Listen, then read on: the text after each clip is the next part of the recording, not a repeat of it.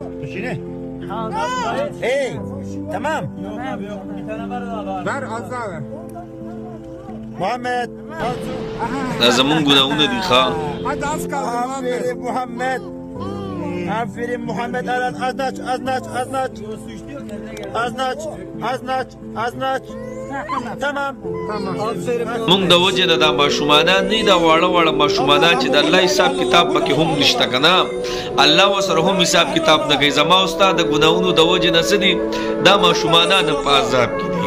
دا ویډیو مو کړه او د شام یو ویډیو راته مخه تراله قسم مې د ازرائیل سم دغه ګور زمونږ د ګناونو په وجه باندې الله جل شانه د الله عذاب بیا داسې نه. او زه تاسو ته خبره کوم پاکستان او بنگلاديش او کم انډیا چې کم دا وای دي ته هم پیشګویا نکړي الله اکبر کبیره. یو قسم نه خلکو زمان نبی فرمایي عائشه صاحبه د الله رسوله دا زلزلې ولې راځي؟ اے عائشه هر کله چې زناګان عام شي د مور او فلار نافرمانیان عام شي دا زلزلې برازي. ته وګوره کم ځای کې زنا نشتا. زمونږ دا بعضې ملګري وایي په دوبۍ کې او په دې پلاني ملکونو کې دا زناګانې چې کېږي داسې مه ګوره. دا الله وله وارننګ ورکوي. د الله وارننګ ګوره ډېر عجیبه دی. خپل مخلوق ته ګوري سم شه سم خو چې کله راونیسي بیا پکې څه نشته. ته اوس دا وګوره که نه زړه مې در وکړي په ترکیه کې دا کم حالت دی په شام کې وغیره. تاسو وګورئ په ترکیه د مسلمانانو د مونځ اورېدو مونځ تاسو به اوس وایئ چې دا صحیح حساب کتاب دی خو خفه شمه ای مسلمانانو. بل ورځ مې یو ویډیو کته په ترکیه کې مونځ اورې چاله مونځونه نه ورځي منځو سبحانك اللهم وبحمدك چاله نه ورځي. دا د الله پکړ دی. ولې زلزله د خوشحالۍ علامت دی. دا ماشومانان چې یقیني زما ما د خپل بچي ودرېږي والله بس دی بس دا ماشومانان چې زوړند دي بره او دا چغې سورې وایي ته دوی څه ګناه تاسو راته ووایه دوی خو د څه نه خبر نه دي. دا زما استاد د وجې نه دا ماشومانان هم څه کېږي تړتېږي. استغفار او کثرت وکړئ. دا ویډیو سره مخکې شیر کړئ. استغفار بس استغفار یو حل دی. ځکه چې یونس علیه السلام باندې راغلی عذاب نو د یو قوم نه الله عذاب نه چوت کړی راغلی.